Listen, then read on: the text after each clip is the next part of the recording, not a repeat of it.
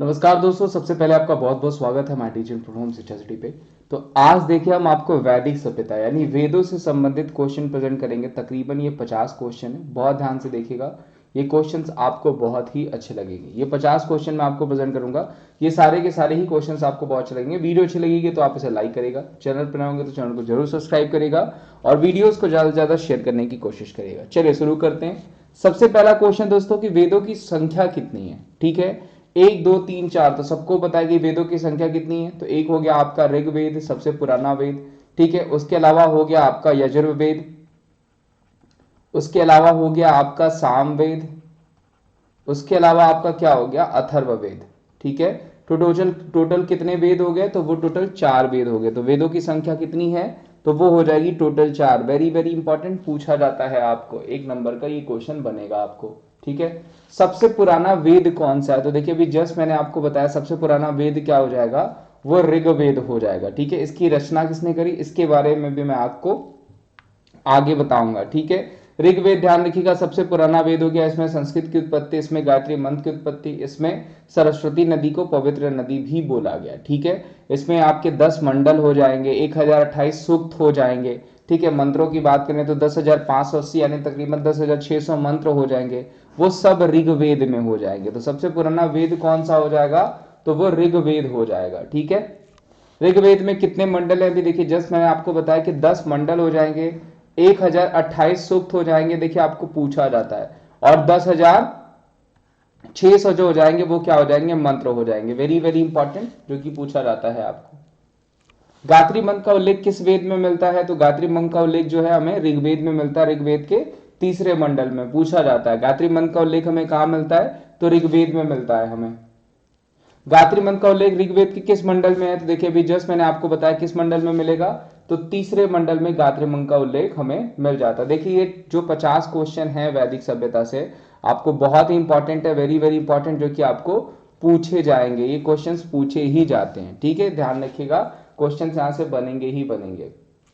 ऋग्वेद में सबसे पवित्र नदी किसे कहा गया है, तो देखिए ऋग्वेद में सबसे पवित्र नदी कहा गया है सरस्वती को। सबसे कम अगर पूछा जाएगा कि जिक्र किसका किया गया है, तो वह गंगा हो जाएगा। सबसे नया वेद कौन सा है, तो सबसे नया वेद देखिए अथर्ववेद है, जो किसके लिए जाना जाता है, जादू टोना हो गया, मेडिसिन हो गया। ठीक है, किसके लिए जाना जाता है, तो वो जाना जाता है जादू टोना और medicine, medical authority, medical facilities के लिए अथर्ववेद सबसे नया वेद है जो जाना जाता है। वैदिक काल में राजा जनता से जो कर वसूला करते थे उसे क्या कहते थे, देखिए यहां से आपको क्वेश्चन बनेगा, what was the tax that kind king used to collect the public during the Vedic period called जार्जिया, बलि, लगान या फिर कर। तो जो सही आंसर हो जाएगा वो हो जाएगा बलि। ध्यान रखिएगा, वैदिक काल में जो कर वसूला जाता था उसे हम बलि कहते थे। सत्यमेव जयते कहां से लिया गया है, तो सत्यमेव जयते दोस्तों लिया गया मुंडूक उपनिषद से। वेरी वेरी इंपॉर्टेंट, कई बार आपको पूछा गया है, सबसे इजी क्वेश्चन भी है, कई बार आपको पूछा भी गया है। ऋग्वेद में किसका उल्लेख है, तो ऋग्वेद में मंत्र का है, जादू का है, आयुर्वेद का है या फिर संगी का है। तो देखिए जो सही आंसर हो जाएगा वो क्या हो जाएगा, मंत्र का हो जाएगा। कितने मंत्र हो जाएंगे, 10,600 यानी 10,500 जो है 80 मंत्र है। और ये संगीत कर लीजिए, संगीत अगर पूछा जाएगा किस में हो जाएगा, तो वो हो जाएगा आपका सामवेद में। ठीक है, संगीत अगर पूछा जाएगा तो किस में हो जाएगा, सामवेद में। ऋग्वेद में कुल मंत्रों की संख्या कितनी है, तो अभी जस्ट मैंने आपको बताया कितनी हो जाएगी, 10,600। ठीक है, कभी कभी 10,580 देगा, आपको 10,600 लिख करके आएगा। सामवेद में किसका उल्लेख है, तो देखिए सामवेद में भी जस्ट मैंने आपको बताया कि संगीत का, सामवेद में अगर पूछा जाएगा तो संगीत का, कभी कभी पूछा जाएगा कि संगीत की उत्पत्ति किस वेद से मिलती है हमें, तो वो हमें सामवेद से मिलती है। साउंड भी करता है, देखिए सा और संगीत, ठीक है, दोनों साउंड भी एक जैसे करते हैं, तो आप इसको याद रखिएगा। भारतीय संगीत का जनक किस वेद को कहा जाता है, अभी जस्ट मैंने आपको बताया सामवेद को कहा जाता है भारतीय संगीत का जनक। ऐसे ही ऐसे क्वेश्चंस देखिए आपके जो है कि वैदिक सभ्यता से बनेंगे। यजुर्वेद किसका उल्लेख है, तो देखिए यजुर्वेद में यहाँ पे मंत्र का, कर्मकांड का, आयुर्वेद का या संगीत का। तो यजुर्वेद बेसिकली यज्ञों के लिए जाना जाता था, अनुष्ठानों के लिए जाना जाता था, कर्मकांडों के लिए जाना जाता था। तो क्या हो जाएगा, रिचुअल्स, यानी यजुर्वेद में किसका उल्लेख मिलता है, तो वो हमें कर्मकांडों का उल्लेख मिलता है, यज्ञों का उल्लेख मिलता है, अनुष्ठानों का जो है उल्लेख दिया जाता है, डिटेलिंग करी जाती है किसमें, यजुर्वेद में। अथर्ववेद में किसका उल्लेख है, तो देखिए अथर्ववेद में रोग निवारण, जादू टोना, तो जाहिर से बात है, देखिए भी जस्ट मैंने आपको बताया कि जितना भी जादू टोना हो गया, मेडिकल जो है कि आपके फैसिलिटीज हो गई, वो सब किससे संबंधित है? अथर्ववेद से संबंधित है। ठीक है, उपनिषद की संख्या कितनी है? तो देखिए what is the number of Upanishad, तो वो कितने हो जाएंगे? 108 हो जाएंगे। उपनिषद की संख्या 108 हो जाएगी। उपनिषद को अन्य किस नाम से जानते हैं हम? तो देखिए उपनिषद को हम इसके अलावा किस नाम से जानते हैं? तो उस उपनिषद को हम वेदांत नाम से जानते हैं। ठीक है, what are the other names of Upanishad? That is known as, तो वो हो जाएगा आपका वेदांत। वेदांग की संख्या पूछा गया, देखिए यहाँ पे वेदांग पूछा गया, तो वेदांगों की संख्या पूछा जाएगा, तो वो हो जाएगा आपका 6। व्याकरण का सर्वप्रथम रचित पुस्तक कौन है? तो देखिए the first book of grammar is Mahabhashya, Ashtadhyayi, Yajurveda या ऋग्वेद? तो जो सही हो जाएगा वो हो जाएगा आपका अष्टधाई। अष्टधाई के रचयिता कौन है? तो देखिए अष्टधाई के रचयिता कौन हो जाएंगे? वो पढ़नी हो जाएंगे। बेसिकली इसमें क्या बताया गया है? तो आपको व्याकरण के बारे में बताया गया है। पुराणों की संख्या कितनी हो जाएगी दोस्तों? तो what is the number of Puranas? तो पुराणों की संख्या हो जाएगी 18। वेरी वेरी इंपॉर्टेंट, कई बार आपको पूछा गया, इसको मोस्ट इंपॉर्टेंट आप कह सकते हैं, आपको पूछा जा सकता है। पुराणों की संख्या कितनी हो जाएगी? तो वो हो जाएगी 18। वैदिक आर्यों का मुख्य भोजन क्या था? जौ और चावल, दूध और इसके उत्पादक चावल और दाल, या फिर सब्जी और फल? तो जो सही आंसर हो जाएगा वो हो जाएगा दूध और इसके उत्पादक। ठीक है, वैदिक आर्यों का प्रमुख भोजन यही था। वैदिक सभ्यता ध्यान रखिएगा ग्रामीण सभ्यता थी, जिसपे आर्यनों का जो है कि वहां के नेटिव्स हुआ करते थे। कौन सा अन्न मनुष्य द्वारा सबसे पहले प्रयोग में लाया गया था? तो देखिए सबसे पहले प्रयोग में कौन सा लाया गया था? वो लाया गया था जौ। वेरी वेरी इंपॉर्टेंट, पूछा जा सकता है आपको।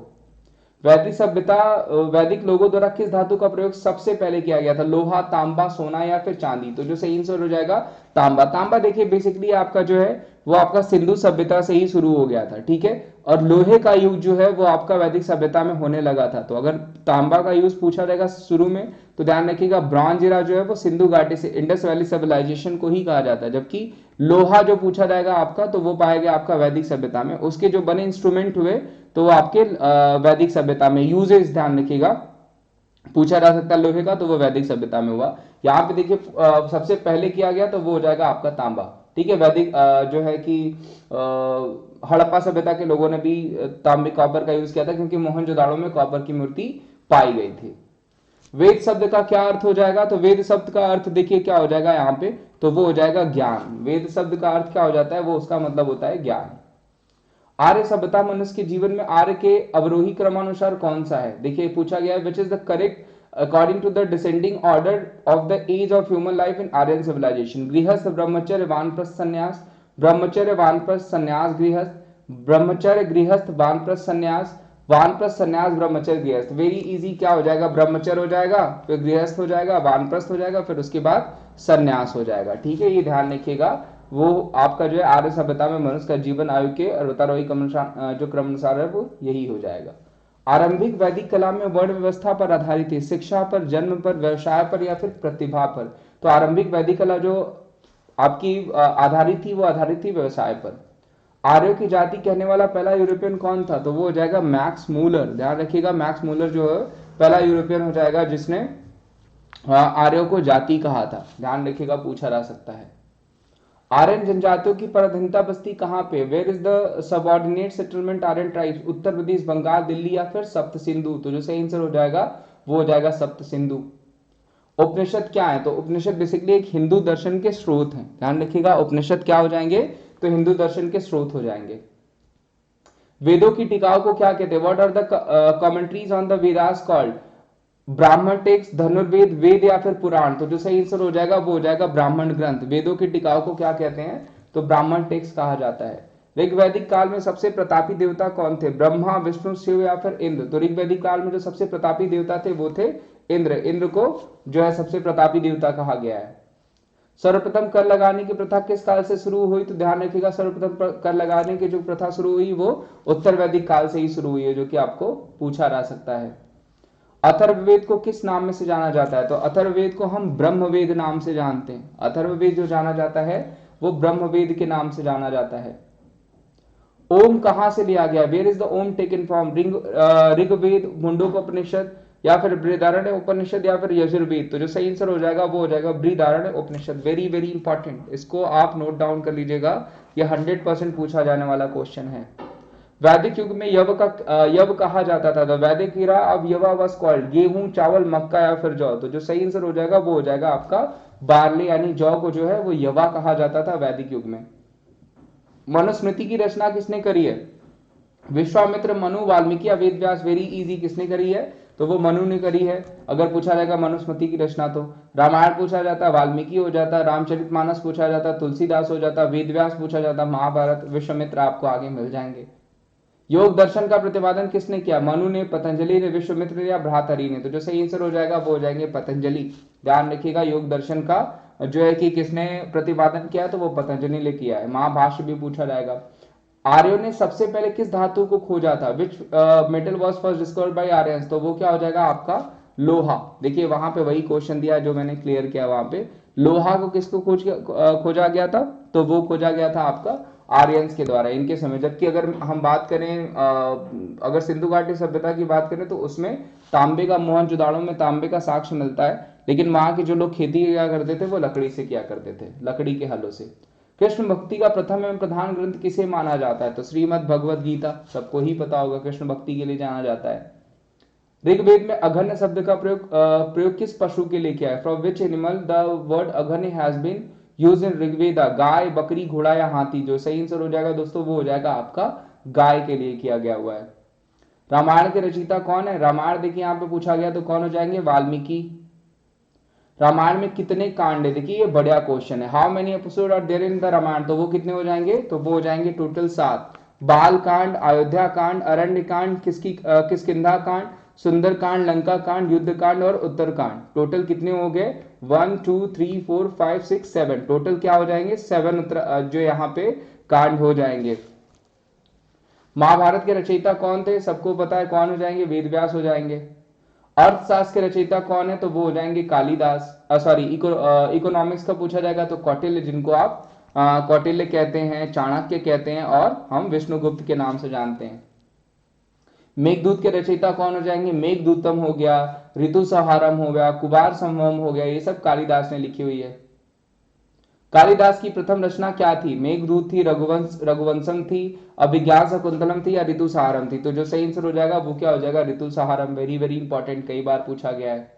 ऋग्वेद के रचनाकार कौन थे? तो देखिए ऋग्वेद के रचनाकार कौन हो जाएंगे? धन्वंतरी हो जाएंगे।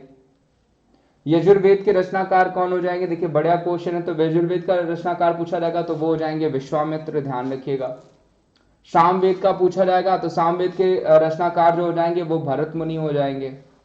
अथर्ववेद के रचनाकार पूछे जाएंगे तो विश्वकर्मा हो जाएंगे। वेरी वेरी इंपॉर्टेंट, देखिए चारों पूछा जाएगा आपको। ऋग्वेद भी पूछा जाएगा, धन्वंतरी, ध्यान रखिएगा कई बार पूछा गया है आपको।